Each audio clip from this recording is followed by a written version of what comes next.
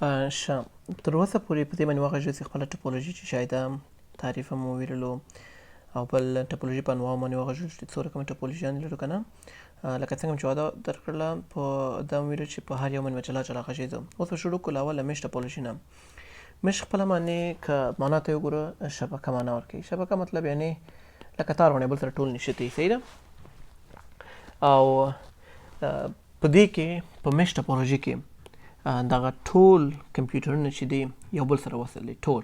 مثال دا کمپیوټر له دغه سره وصل دی، دا له دغه سره هم وصل دی، هر یو مثلا ټول کمپیوټرونه چې یو بل سره وصل دي هغه ته څه ورته وایي؟ پوینټ ټو پوینټ هم ورته وایي، پوینټ ټو پوینټ ټوپولوژي، صحیح ده. لکه مثال دا کمپیوټر له دې سره وصل دی، دا له دې سره وصل دی او دا له دې سره وصل دی. دغسې دا ټول کمپیوټرونه چې دي یو بل سره وصل دي، صحیح ده. او په دې کې چې دی دې فواید چې دي ګټې چې دي، اول دا چې په دې کې ټرافیک ډېر کم ده، یعنې مطلب ډیټا له یو نه بل ته ډېر په اسانه منقل کړلی شي. مثلا دغه کمپیوټر نه دغه کمپیوټر، دغه کمپیوټر نه دغه ته، یا دغه نه دغه ته، دا ټول نه ډیټا بل ته ډېر زیات ورکړلی شي. او بل ډېر د اعتبار وړ دی ځکه چې هېڅ کله هم نشي کېدلی مثلا زه دغه کمپیوټر نه ډیټا لېږم دغه کمپیوټر ته، ما ډیټا مستقیم دغه ته ورځي، یعنې زه کولی شم پې باندې پوه شم چې زه ډیټا مې ورولېږله، یعنې خامخا ورځي چې تر څو کوم مشکل نه وي. او بل د امنیت په حساب د ډیټا مطلب د ورکېدو هېڅ کوم مشکل نه وي ځکه ټول وایر نه کېږي. دا په یاد ولرئ چې په کوم شي کې لاینونه استعمالیږي، په کوم نیټورک کې، هغه ډېر زیات د اعتبار وړ له دې نه چې وای فای کارېږي یا د انټرنټ نه کار اخیستل کېږي.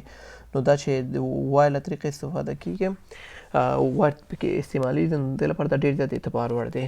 او بل د مشکل پیدا کول ډېر اسانه دی. فرض کړه مثال دغه یو لاین خراب شو، نو دا یو لاین خرابوالی چې دی دغه نور لاینونه باندې هېڅ تاثیر نه کوي. که دا خو کمپیوټرونه ټول سره خراب سي، دا درې کمپیوټر خپله باندې سم کار کوي. او یا مطلب که دغه دوه هم سره جوړ وي نو د ټول لاینونه سره خراب، بیا هم دا دوه کمپیوټرونه سره کار کوي، صحیح ده. نو دې لپاره چې دی ډېر فایدې دي چې مشکل ډېر اسانه پکې پیدا کېږي. خو بیا مشکلات هم لري دغه خپله باندې میش ټوپولوژي چې ده.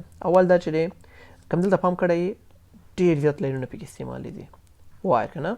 دې لپاره ګورئ دغه نه زه دغه ته استعمالیږي، زه لاین پکار ده، دغه بل ته مې لاین پکار دی، دغه ته مې لاین پکار دی، دغه ته مې لاین پکار دی. هر کمپیوټر چې له بل سره استعمالوو که نه هغه لپاره زموږ لاین پکار دی.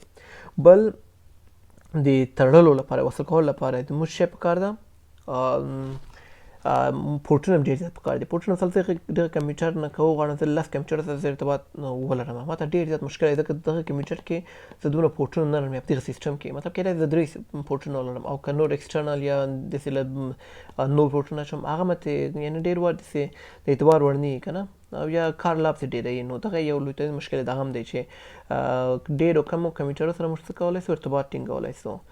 او لکه څنګه مې چې ویل دي دلته ډېر سیسټمونه نه سره وصل کېږي. اوس دغه چې وغواړم مثال کېدای سي نهایت یې زه 1 2 3 یا 4 یا 5 یا 10 سره زه ارتباط ټینګ کړم، خو هغه نه پورته چې دی اساسا ماته مشکله کېږي په دغه عصر کې چې ژوند کوو که نه. مثلا یو عادي دفتر کې که وغواړم زه ارتباط چا سره ولرم نو کم له کمه 10 نفره کار کوي، نو تر یو کمپیوټر نه 10 پورټه یا 10 لاینه ترې راپاسه دا واقعا ډېر سخته کار کېږي، صحیح ده.